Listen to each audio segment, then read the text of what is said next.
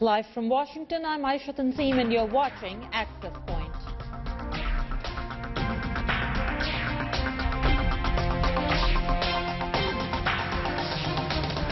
Hello and welcome. Minority communities in Pakistan have often complained of hate speech that incites violence against them. Recently, at the anniversary of the constitutional amendment declaring Ahmadis non-Muslims in Pakistan, widespread instances of hate speech were reported against them. So today we'll talk about whether such speech is legal and why it is acceptable. Joining me in studios are Qasim Rashid, spokesman of the Ahmadiyya Muslim community in USA, and Shabir Musfi, spokesman of Shia International. On the phone with me is Mr. Mufti Munibur Rahman, the chairman of the Central Royat-e-Halal Committee in Pakistan. Welcome to Access Point. Starting with you, Qasim, this instance that I've talked about, can you tell me a little bit about what concerns the Ahmadiyya community had that day? I know that leaders of the community told people to stay away from public places. Absolutely. You know, the Ahmadiyya Muslim community, as a background, are Muslims who believe in the Messiah, Mirza Ghulam Ahmad of Qadian. And the reason why that's significant is because it is this sole belief that has caused unprecedented hate speech, violence, discrimination, bigotry, persecution, and torture against members of the Ahmadiyya Muslim community in Pakistan. On the 39th anniversary on September 7th, there were massive hate rallies all over the country, including in the headquarters of the Ahmadiyya Muslim community in Pakistan, which is in Rabwa.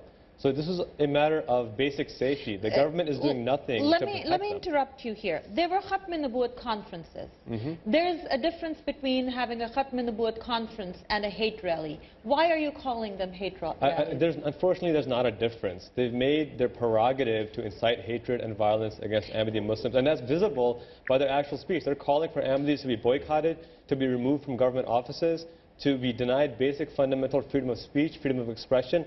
And according to documented historical evidence in Pakistan, after these hate rallies, Ahmadiyya Muslims have been attacked, physically and verbally. The only possible conclusion that you can see by watching what they're saying is that this is, in fact, hate speech under the guise of freedom of expression.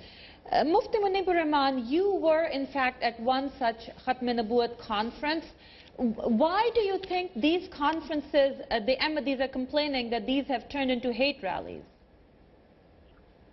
Bismillahir-Rahmanir-Rahim.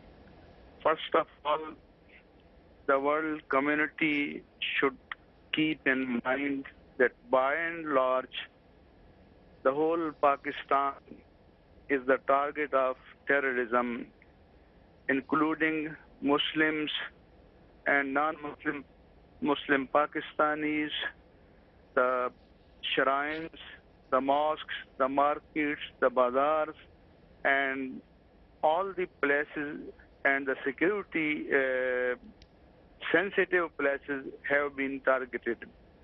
And our security person, right from the soldier to the general, have been targeted. Police officers have been targeted. Rangers have been targeted.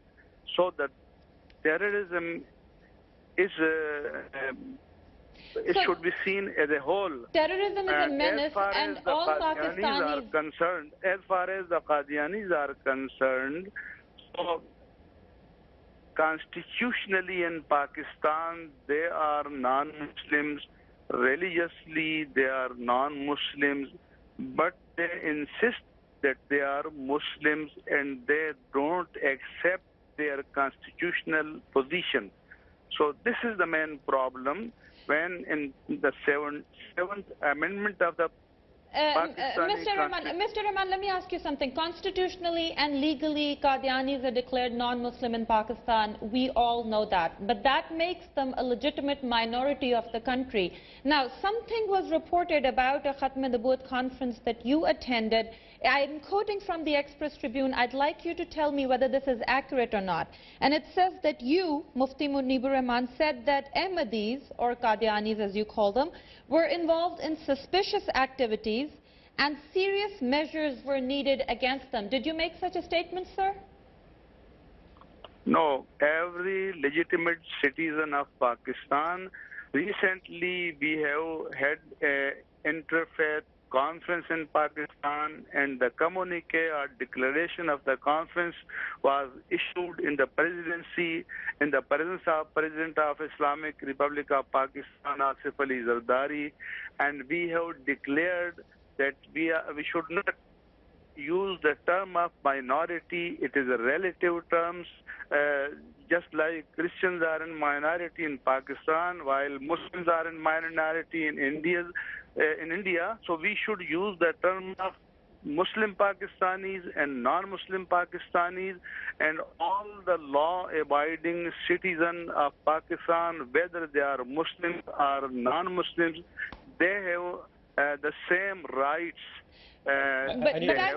Hold on just a second. I'm asking you a very specific question, sir. Did you make a statement on 7th of September, on the 39th anniversary of the constitutional amendment? Did you say that Ahmadis were involved in suspicious activities and that serious measures were needed against them? So what I say all the time, that the Qadianis should realize and accept the position which they have had in Pakistan under the constitution, that they are non-Muslims. If they accept their position, they are living and they can live in Pakistan as non-Muslims. That's a different other question. non-Muslim Pakistanis, just like Christians, Hindus, Jews, Parsis, no problem with anyone. We got that point, Mr. Munibur Rahman, but you did not answer my question. I asked you, did you say that they're involved in suspicious activities? Do you believe that they're involved? Do you believe that Ahmadis are involved in suspicious activities against Pakistan? You have read my article? No, I'm saying that did you make a speech during the conference, the Khatm-e-Nabuwat conference, saying that Ahmadis are involved in suspicious activities? No. Where you read this statement?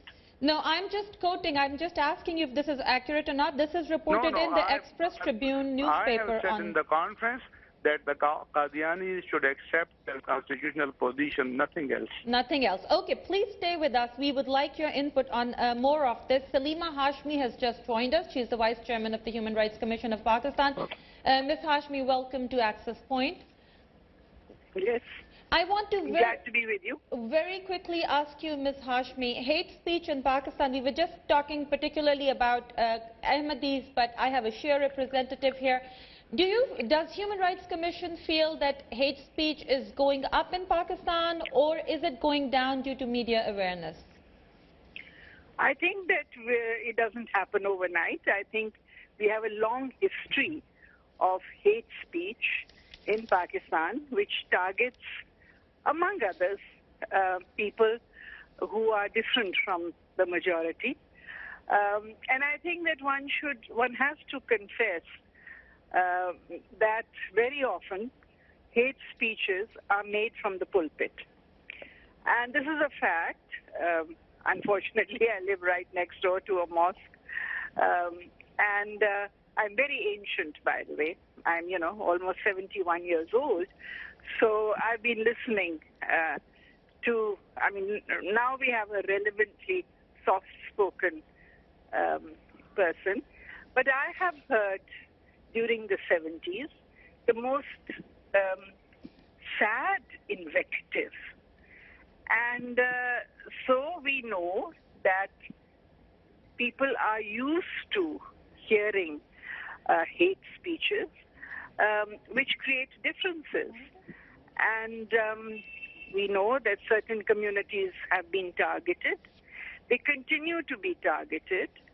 And, one keeps looking back with fondness on the speech made by the father of the nation, Quaid-e-Azam Muhammad Ali Jinnah, in which he said, now that we have this country, people can go to their mosques and their churches and their temples, because he said that the business of the state has nothing to do with the personal. But unfortunately, that has not how history has unfolded.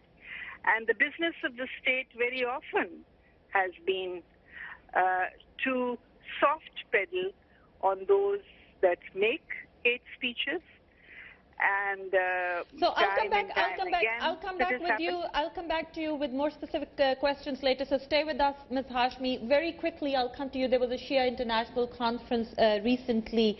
You guys spoke about the subject. Tell me quickly, because then we have some feedback from our viewers that we want to go to. So. Sure. We actually focused on terrorism overall, not just the killing of a specific group, but overall rise in the terrorism that is all around the globe right now against Shia Muslims, against Ahmadis, against Christians. And it's not just Pakistan, but it's everywhere in the world. So what is said about all this terrorism is, number one, there are people out there who are using all kinds of tools to kill other people who do not believe in the faith. And these people represent only less than 2% of the world population. But tell me a little bit about, as you were saying, that hate speech or minority rights in Pakistan. Let's focus on that. If we talk about terrorism, it becomes too broad. Sure. If we look in Pakistan over the last couple of years, you might have noticed that the increase is out there in the past several years. Yes, the hate was there, but we did not used to see it a lot because the Facebook was not there. The communication was not as wide as it is today. We can see that widespread and the rise. And of course, there are certain instances where the media coverage is not appropriate. They're not really... Do you think it's giving rise to more violence or more awareness, the widespread Facebook and social media? It is, in my personal opinion, it is giving both. It is giving the awareness. A combination of both. A combination of both. Let me quickly come back to you, but we need to take a detour and go to our social media pages because your feedback is very important for us. Sarah Zaman's waiting there for us. Sarah? Aisha, when we ask commenters on our social media platforms whether inciting hate against any religious community and proposing their banishment from Pakistan is acceptable to them, most said no, unless it's directed at the Ahmadi community. Because in this case, most commenters are looking at the question from a religious perspective and not in light of the Constitution, which declares such speech punishable. Now on Facebook, Ijazur Rahman says the religious scholars are absolutely right. According to the Constitution, Ahmadis are infidels and are a real threat to Pakistan. They're being funded by the enemies of Pakistan and Islam. Khadim Hussain says nobody should be allowed to make hate speech as it's against the sayings of the Qaid. Pakistan belongs to everyone and each person should be free to live according to their beliefs. However, he says if someone clearly opposes Islamic beliefs and acts against the ideology of Pakistan, then they should be prosecuted. Now, this is what most of the people are saying on our Facebook page. However, there are a few voices of dissent. Muhammad Ali Lashari asks, should we kick out all the non-Muslims from Pakistan? The problem is that our rulers and religious scholars are only trying to benefit themselves and not the country. Now, there's a very heated debate going on our Facebook pages. You can log on to facebook.com/accesspoint with AT or join the conversation on VOA Urdu's Facebook page. For now, back to Aisha. Thank you very much. Our whole panel of experts is right there to talk about this issue. Qasim, you wanted to answer something that Mufti Munibur Rahman was saying earlier. Unfortunately, Mufti Munibur Rahman is caught in his own lie. The fact of the matter is that the Pakistan's constitution is clear in Article 19 that freedom of religion and freedom of expression will not be compromised. The entire concept of the Second Amendment that we're somehow non-Muslim because some mullahs pass a fatwa is against the ideals of democracy, is against Pakistan's own constitution. Moreover, Pakistan has signed and ratified international law, the ICCPR. This is a binding international law, and Article 19 and 20 of ICCPR make clear that not only can you not have hate speech, you cannot incite violence, but also freedom of religion must be protected. So what Mufti Saab is saying about terrorism increasing, he is the cause of that terrorism. He is the fundamental reason why terrorism is increasing, and as long as he continues his narrow-minded, his bigoted platform, it will unfortunately continue to increase. You've used some very strong words. I need to give Mufti Saab a chance to respond. Mufti Saab, you heard what Qasim said. Mufti Munibur Rahman, are you with me? Mr. Rahman, are you with me? Okay, I don't hear Mufti Munibur Rahman. I'll ask our producers to call him again. In the meantime, we'll continue this debate. Ms. Hashmi, you're with me. Do you think that this speech is giving rise to more violence in Pakistan? Yes, But as I said earlier, this is not something that has happened suddenly. I think there has been a nexus between those who have used religion for political purposes, and we know, who they are because they have governed Pakistan for most of its history. There has been this manipulation of those who profess to be carrying or furthering the ideology in Pakistan, when in fact there is no need to redefine the ideology of Pakistan as though it's something that is under threat. You made a country, okay, for a part of the Indian subcontinent which had a certain majority. And then it stops. I mean, then everybody is a citizen of that country, and presumably you don't have to tie yourself up into knots and constantly remind yourself of who you are. Doing that means that this has to be against somebody. So Ms. Hashmi, you've seen the Zia era. You've seen the Zia era as well. Do you think Pakistan's becoming a more tolerant society or less tolerant society several decades far after? less tolerant society. Far less tolerant society. Of course, that started, it sowed the seeds in a very definite way. And of course, Pakistan was a pawn of a larger struggle between, the forces that met and clashed in Afghanistan. But I think that one has seen that what was unleashed in Pakistan has now come to swallow not only Pakistan itself, but has spread to other parts of the world. So, Ms. And Hashmi, tell me something else. Tell me something else. The last 5 years was People's Party, which is supposed to be a leftist party, or it claims to be. Do you think any difference was made during that time at least? I think that, there was a struggle there. I think there was a struggle because the party had an allegiance to certain kinds of values, liberal values, to values of tolerance. And while they did make some headway in certain areas of lawmaking, like, women's rights and so on, I think where it came into clash with those who were far stronger, like those who were wielding, who were carrying arms and who were the epitome of self-righteousness, I think that's when the People's Party had to withdraw because they were up against forces that were far stronger than them and were backed. Far stronger than the government? Far stronger than the ruling party? Oh, yes, absolutely, because we know that civilian governments are traditionally extremely weak in Pakistan. We know who calls the shots in Pakistan. It's certainly not the civil government.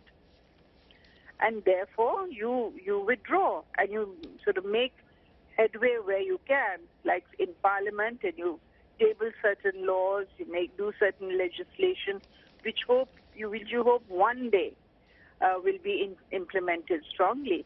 But I think there are many other things that need to be done and are not done. I mean, look at the brutal assassination of the governor of the Punjab. Exactly, for speaking up. What was the People's Party's response to that? I mean, I was at the funeral. It was pitiful. It was absolutely pitiful. If you can't stand by your own governor and one of your own. Okay, let's continue the discussion. We have a representative of the Shia community here. Shias in Pakistan have faced increasing violence. What do you think are the causes of that particular increase? First of all, I would like to just sum up very quickly the reason why this violence is going on, especially since the start of General Zia's era. There are some vested powers who do not want to lose power in that overall region. And I believe 28% Shia Muslims that are in Pakistan are being termed as non-Muslims by only less than 7% of the population. We are part of the mainstream Islam, right? The founder of Pakistan Qaida Muhammad Ali Jinnah, as we all know, he was a Shia Muslim. So let's be more specific, So, because we'll run right. out of time. What's the rise in violence? Why is that happening? What is happening is there are some Arab powers who has the vested interest. Let's name them. We don't do the Sure. we all know who they are game. Let's name them. Saudi Arabia is one of them. And Of course, there is Bahrain. Saudi Arabia, Bahrain.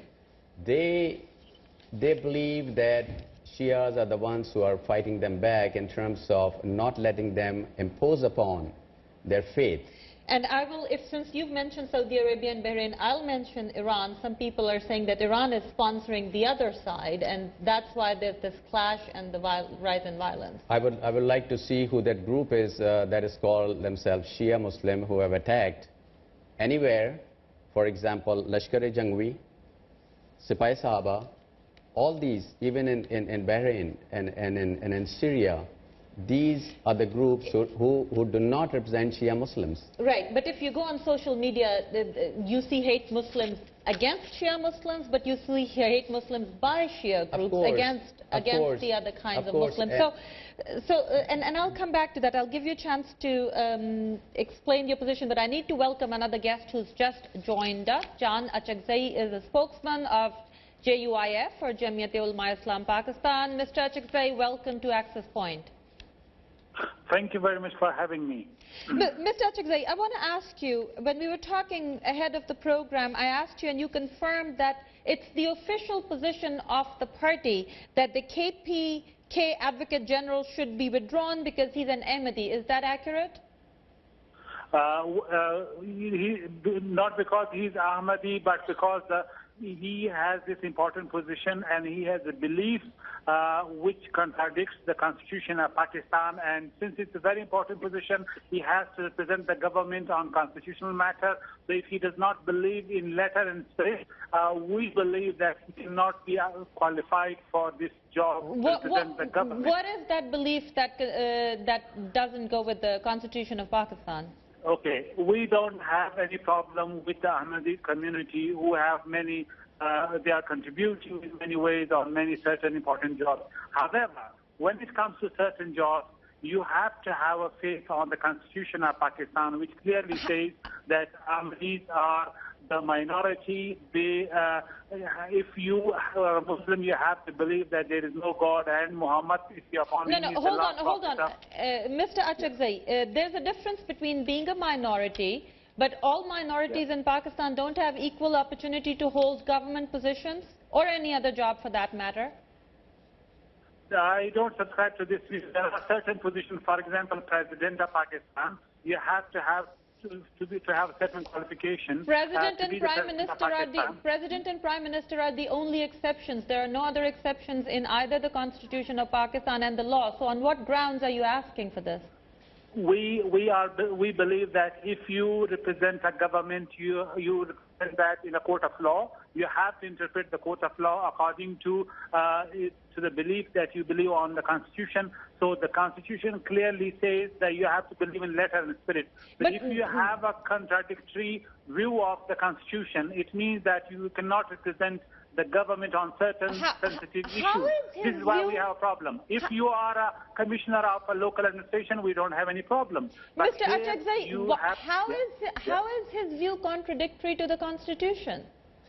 Okay, if there is a case, if there is a case that contradicts his personal views, that means whether you have to think he can really represent the government because of his personal beliefs. You're basically saying that a Muslim Attorney General can never fairly represent a Christian case in that matter? I mean, what does his views have to do with the Constitution? What I'm trying to say that if you don't believe on the Constitution, if you don't believe a certain clause of the Constitution, can you represent a government in the constituted court of law? That is the problem. Okay, you didn't tell me which clause he doesn't believe in, but let's move on because we're going to... Yeah, this is the clause. The clause says that you have to believe the prophethood of Muhammad as a last prophet of Islam, and that is the constitutional definition. If you belong to Ahmadi community and you are presenting this important government position, and you don't believe that, then there is a problem. I think you need to reread the Constitution, because I think you're totally misunderstanding the Constitution here. Qasim, very quickly, you and then Ms. Salima Hashmi. So, and not only is he completely misrepresenting the Constitution in Part 2 is very clear that a person's religious affiliation has nothing to do with their right to hold any job, including in the provincial or federal cabinet. So this is a complete fabrication, and this is the kind of misinformation that is being spread about Ahmadi Muslims, and due to these blasphemy laws, these restrictions of free speech, we're not even allowed to respond. And so therefore this misinformation continues, it perpetuates, and the hatred you're seeing in social media is a direct result of the hatred they're causing themselves and then to complain about. It's a mind-boggling quagmire. Okay, let's very quickly go, since you talked about social media, to our social media pages where people have made some suggestions on how to make the situation better. Sarah? Right, Aisha, when we asked for suggestions on how to ensure the protection of religious minorities in Pakistan, many people commented that there is no threat to minorities there at all. But on Facebook, M. Aslam Malik says minorities have always lived in this region without any issues. Problems started erupting ever since the West became a so-called sympathizer of these people and started using them for its own benefit. Please let the minorities live peacefully in Pakistan and their situation will improve automatically. Mahir Shigari suggests situation can only be improved by implementing laws and ensuring justice. Everyone can live safely if the government makes sincere efforts. And Salim Khan recommends that the text for Friday sermons in all the mosques should be provided by the government. Religious literature should be censored and reprinted. Courses on Quran and Hadith should be incorporated in schools and colleges, and radical changes should be made in the college and school syllabi when it comes to religious studies. So we want to hear from you. Your opinion matters to us. Log on to facebook.com/accesspointwith or join VOA Urdu's Facebook page. For now, let's go back to Aisha. Thank you very much, Sarah. I'll quickly come to you. Mr. Achakzai, are you still there?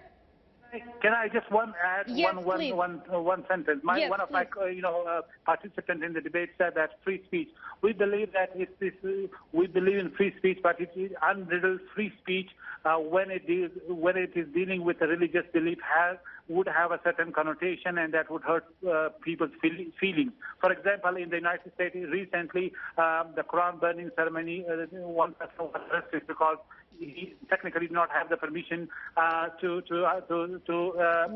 burn the Quran. So it has an implication for the Muslim world. We're not talking about free speech here. We're not talking about that Quran burning ceremony. All the religious communities in America, including the Christian and the Jewish communities, most of them condemned it. I'm asking you, as a mainstream Muslim political party, why are you asking that Ahmadis or any minority community not be given their constitutional right, one of which is the right to hold any job except the President and the Prime Minister? Ma'am, if you don't allow me to speak, then there's no point in having me. Please let me finish what I said. Thank you. Go ahead. Okay, I explained one point. The second point is that in a society which is very much a religious society, if there is a particular belief associated with you and you have that sensitive job, then it means that would hurt the people's sentiments, regardless of what you're suggesting. Because if the people believe that that particular person who has got that important job and he does not believe in the Prophet, the last prophethood of Muhammad, peace be upon him, then that would have an implication. It would hurt the people, people's sentiments, whether you convince them, under X or Y reasons. But then you have a problem, and simply you cannot carry on. That is the implications. It's a deeply religious society. We don't like it. We don't like it. Would you be okay with the Christian Attorney General? Well, the point is, if you are suggesting that a particular constitution, a particular province, you have to take the sensitivities. It's just not a matter of somebody coming in, plugging in, and fitting in somewhere. Can he represent a constitutional matter on certain issues? His person would come in, then there is a big problem. Okay, now, I know you want to say, you have very little time. The irony of this whole situation is if we use this policy to found Pakistan, Pakistan would never have been created. Because it was a Shia, Muhammad Ali Jinnah, who worked with an Ahmadi, Muhammad Zafarullah Khan. So by his logic, Pakistan shouldn't even exist. We should just destroy the entire country by his convoluted logic. Okay, now I know it's a very heated subject. We'll come back to it. I know we didn't even get time to talk about all the things we wanted to talk about. So let's come back to this. But right now our time's running out. I need to thank our guest, Qasim Rashid, spokesman of the Ahmadiyya community, Shabir Musfi, spokesman of Shia community, Salima Hashmi of HRCP, or Mr. Jana Chakzaya of JOUIF. Thank you very much, and thank you for watching. Join us again next time for another episode of Access Point.